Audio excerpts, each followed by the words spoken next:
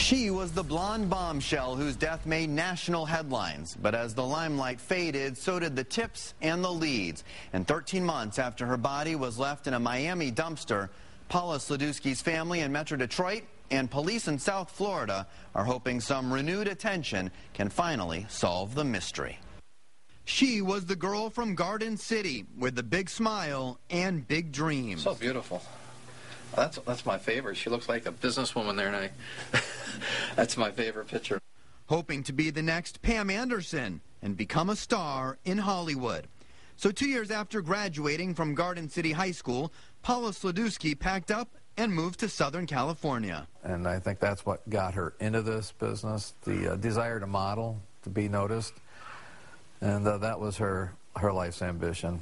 Her stepfather, Rick Watkins, who raised Paula and whom Paula called Dad, says when the modeling jobs didn't pour in, Paula turned to exotic dancing, which brought in cash and the attention she loved so much. It was fast money, easy money, too much money for her to give it up. And so was life in L.A. for the next 6 years. Dancing, traveling, living the fast life. A highlight came when she was briefly featured in Playboy, the ultimate playmate search in 2003, auditioning for the magazine.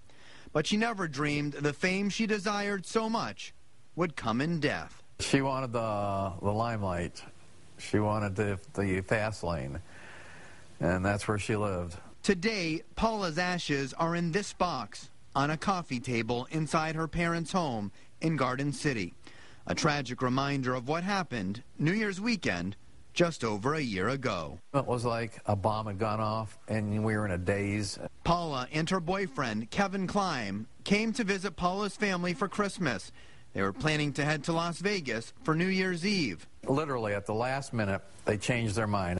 It was a last-minute decision that would end in tragedy. Paula had found out about a Lady Gaga concert in Miami, and the couple made an impromptu trip to South Florida. She dropped off her dogs here the morning that they left, said, "I'll be back in a few days. Take care of my dogs for me." Somewhere in this crowd, Paula and Kevin were enjoying what would be one of Paula's last nights. The Lady Gaga concert at the ultra-posh Fontainebleau Hotel, New Year's Eve. These are some of the last pictures of Paula at the trendy Clevelander Hotel. Then, in the early morning hours of January 3rd, the couple ended up at Club Space in the city of Miami. As they often did, Paula and Kevin got into a fight. They had a volatile relationship. They were in there dancing and partying and having a good time, and then there was an argument, and so they separated them. The club kicked Kevin out at about 7 in the morning. Then they kicked out Paula about 20 minutes later. By then, Kevin had already taken a taxi back to their hotel. What happened to Paula, nobody knows. And the next thing we heard, her boyfriend was calling us saying, "I can't find Paula. She's just disappeared." About 14 hours after Paula was last seen on this surveillance video leaving the club, her body was found in this dumpster about 10 miles away in North Miami.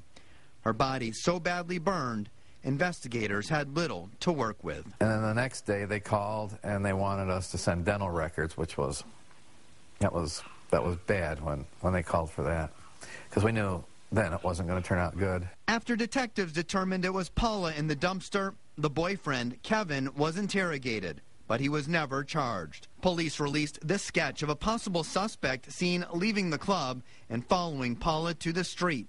But the case soon became a dead end. In the 13 months since her death, the tips are drying up. North Miami police tell Action News it is not a cold case, but nothing has led to the killer. Her family is still aching. Still, through all the pain, the sadness, Paula's dad believes she would somehow enjoy one part of this tragic tale. She's up in heaven saying, "Wow, I'm famous finally." Too bad she had to die to get it. Someone got away with the crime. Paula's boyfriend, Kevin Kline, cooperated with the investigation, but North Miami police tell me he will remain a person of interest until the killer is found. Kevin did not return my messages for a comment. Police in North Miami and Paula Sludowski's family hope someone will come forward with a tip. I'm Michael Rosenfield, Channel 7 Action News.